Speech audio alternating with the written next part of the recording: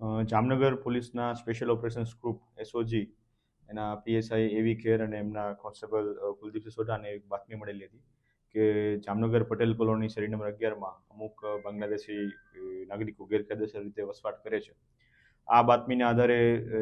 Jamnagar SOG દ્વારા ત્યાં red કરવામાં આવેલી હતી અને આ રેડના પરિણામે ત્યાં કુલ 5 વ્યક્તિ, જેમાં 2 પુરુષ ને 3 મહિલા, એમ મળીને કુલ 5 બાંગ્લાદેશી નાગરિકો કે જેમનો કોઈ એની પાસે કોઈ આધાર પુરાવામાં કોઈ પાસપોર્ટ કે વિઝા કે કોઈ ભારત સરકારની કોઈ પૂર્વ મંજૂરી ના હોય તો એ રીતે ભારત દેશમાં કોઈ પણ કારણસર ગેરકાયદેસર પ્રવેશ કરી મળી આવેલા છે. આ 5 વ્યક્તિઓને હાલ ડિટેન કરી અને આગળની કાર્યવાહી હાલ ચાલુમાં છે અને આગળની કાર્યવાહી જામનગર પોલીસ અને એસઓજી અને સીટીબી પોલીસ સ્ટેશન દ્વારા કરવામાં આવી રહી છે.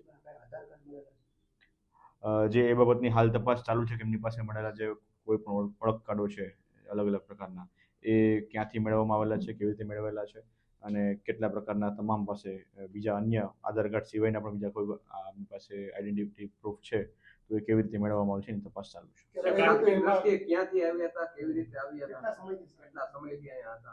ના, એ બાબતની જે આશરે છેલ્લા 10 થી 15 દિવસથી અમુક જેમાંથી હતો વ્યક્તિ એ આવેલો હોય એ બાબતની પ્રાથમિક બાતમી હતી, પરંતુ ખરેખર તે લોકો કેટલા સમયથી ગુજરાતમાં અથવા તો જામનગરમાં કેટલા સમયથી છે, ગુજરાતમાં કેટલા સમયથી છે અને ઇન્ડિયામાં ક્યારે ઘૂસણખોરી થયેલી છે એ બાબતની તપાસ ચાલુમાં છે. ના, હાલ એ બાબતની તપાસ ચાલુ છે, પરંતુ જે આ 5 વ્યક્તિઓ છે એમના નામ છે Shahabuddin Mohammad Gaus Sheikh, Mohammad Arif Mujibar Sheikh, Jamila Begum wife of Anardi Sheikh, Nazma Begum daughter of Abdul Hakim Howlader, Murshida Begum wife of Mohammad Arif Mujibar Sheikh. આ 5 વ્યક્તિઓ હાલ ડિટેન કરવામાં આવેલા છે અને આગળની કાર્યવાહી છે. ના, હાલ એ પ્રકારની કોઈ માહિતી મળી